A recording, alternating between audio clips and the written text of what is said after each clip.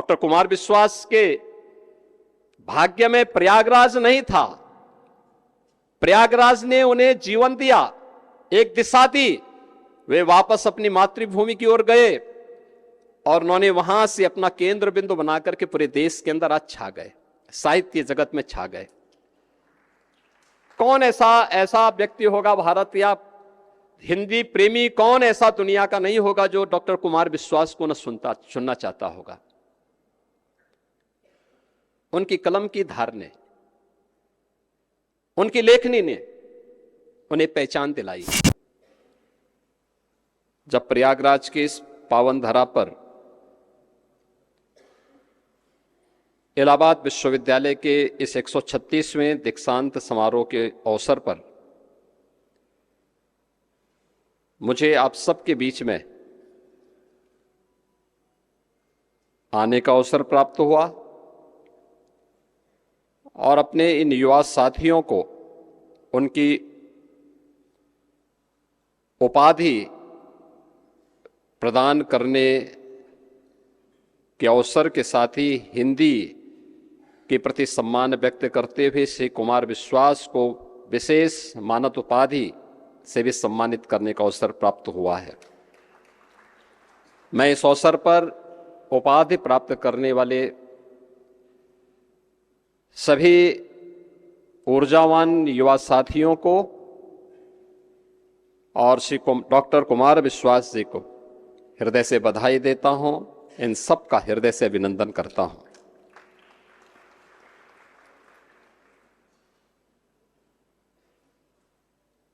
इलाहाबाद विश्वविद्यालय अपनी एक प्रतिष्ठा के लिए जाना जाता है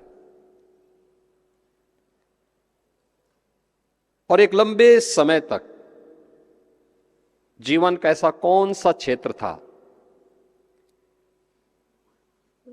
जिस क्षेत्र में इलाहाबाद विश्वविद्यालय ने इस देश को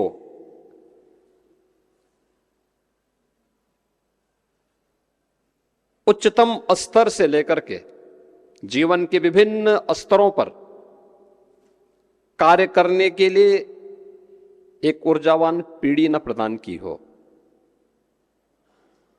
सार्वजनिक जीवन में सेवा का क्षेत्र हो, साहित्य का क्षेत्र रहा हो,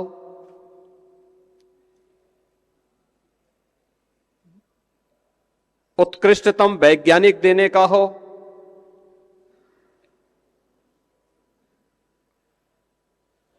देश की न्यायिक सेवाओं में उच्चतम न्यायालय से लेकर के जनपद न्यायालय के न्यायिक अधिकारियों की एक लंबी श्रृंखला देने का कार्य रहा हो,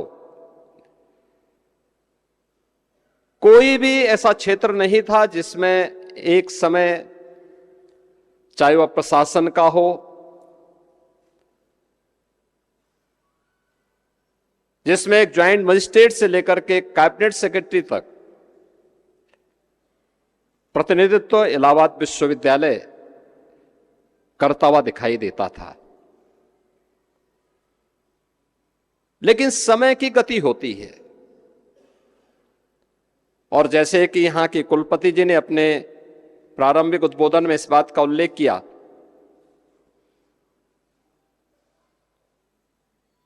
क्या कभी इलाहाबाद विश्वविद्यालय ने इस बात का चिंतन किया कि कौन सी ऐसी परिस्थितियां हैं, क्या हम समय के उस प्रवाह के साथी बन पाए?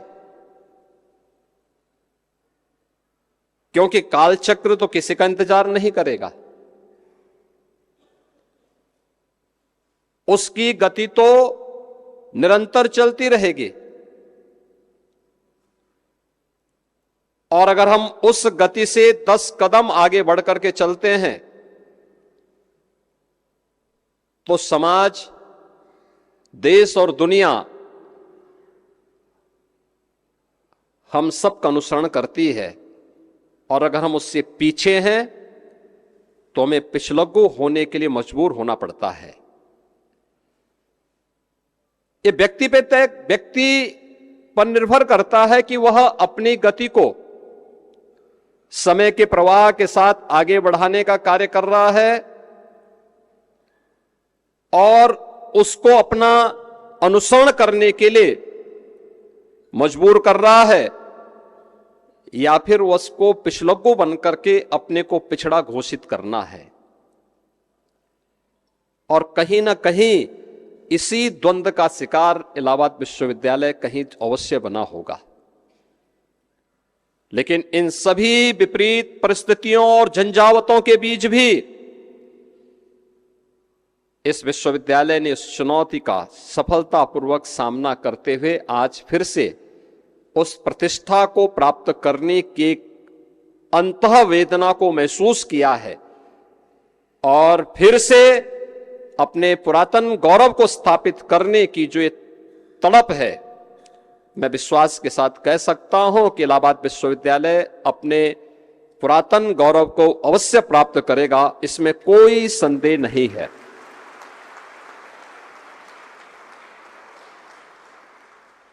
मैं यहां पे कुछ बातें देख रहा था जब यहां पे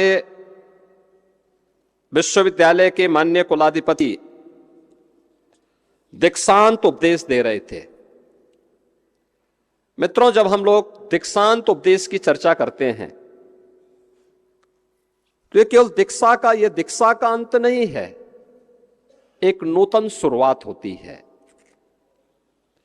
और ये नूतन शुरुआत एक नए जीवन में प्रवेश करने की, और ये पहली बार नहीं है। हमारा देश तो भारत है, इसका मतलब ही है ज्ञान में रत रहने वाला देश। ये प्रयागराज है, दुनिया की सबसे प्राचीन गुरुकुल इसी प्रयागराज में महर्षि भारद्वाज के द्वारा स्थापित की गई थी। उच्च शिक्षा का केंद्र कैसे होना चाहिए, प्राचीन भारत ने दुनिया को दिखाया था। याद करिए, आज से 3500 वर्ष से पहले और 5000 वर्ष के बीच का वह कालखंड, जब दुनिया के सर्वश्रेष्ठ दार्शनिक ग्रंथ के रूप में भारत की ऋषि परंपरा ने उपनिषदों की रचना की होगी, और उसी उपनिषद की कुछ पंक्तियां हमारे गुरुकुल में दीक्षांत उपदेश के रूप में अंगीकार की गई, जिसे हम तैत्तिरीय उपनिषद के रूप में बोलते हैं कि सत्यम वद धर्मम चर स्वाध्यायान्मान प्रमद सत्यान प्रमादितव्यम धर्मान प्रमितव्यम कुशलान प्रमितव्यम भूतेन प्रमितव्यम। यानी इन सभी बातों का उल्लेख करते हुए देव पितृ कार्याभ्याम न प्रमितव्यम मातृ देवो भव पितृ देवो भव आचार्य देवो भव अतिथि देवो भव। ये तैत्तिरीय उपनिषद का वह दीक्षांत उपदेश है जो हमारे गुरुकुलों में आज से नहीं हजारों वर्षों से अपनी शिक्षा पूर्ण करने के बाद एक नए जीवन में प्रवेश करने वाले छात्र को प्रदान किया जाता था। यानी कि सत्य बोलना, धर्म का आचरण करना, स्वाध्याय में प्रमाद न करना, सत्य से न हटना, धर्म से न हटना, कुशल कार्य में प्रमाद न करना, महान बनने के अवसर से वंचित न रहना,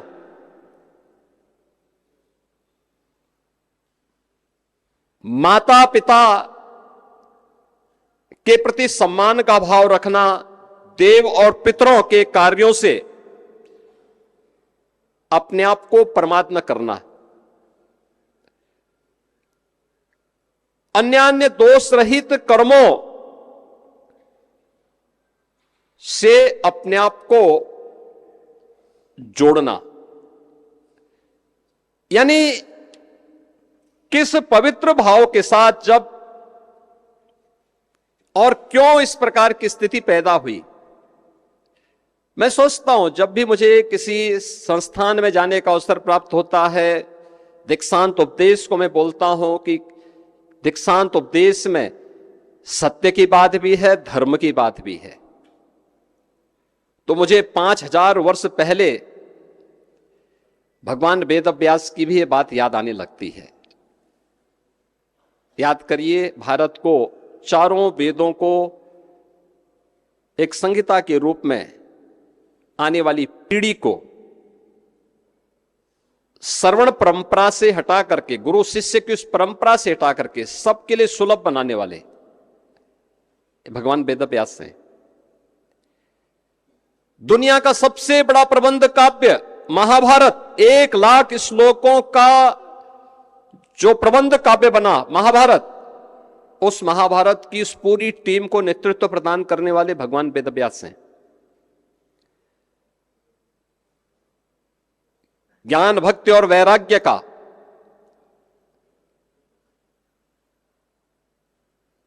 और कोई ऐसा सनातन धर्मावलंबी नहीं होगा जो अपने घर में या जिसकी इच्छा ये न होती हो कि श्रीमद् भागवत महापुराण की कथा मैं एक बार सुनूं। श्रीमद् भागवत महापुराण जैसे पुराण की रचना करने वाले, आने वाली पीढ़ी के लिए पुराण और उपपुराणों की रचना को आगे बढ़ाने वाले, कुरुवंश को हर विपरीत परिस्थिति में बचाने वाले, और एक नहीं 8 पीढ़ी तक जिस वेदव्यास ने कुरुवंश को न केवल मार्गदर्शन किया बल्कि विपरीत परिस्थितियों में उसको बचाने का प्रयास भी किया। और इन सब के बावजूद उनका जीवन कितनी वेदना और पीड़ादायक था।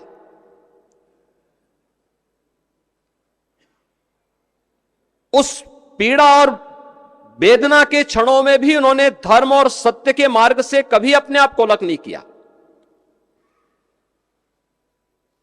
लेकिन अंत में उनको भी बोलना पड़ा था कि ऊर्ध्वबाहुर विरोमस्य न च कश्चित शृणोति माम धर्मार्थ अर्थस्य कामस्य च किमर्थम न सेव्यते। यानी उनको भी कहना पड़ा था कि मैं बाहें उठा करके लोगों को समझा रहा हूं कि धर्म से ही अर्थ और काम की प्राप्ति होती है, इसलिए क्यों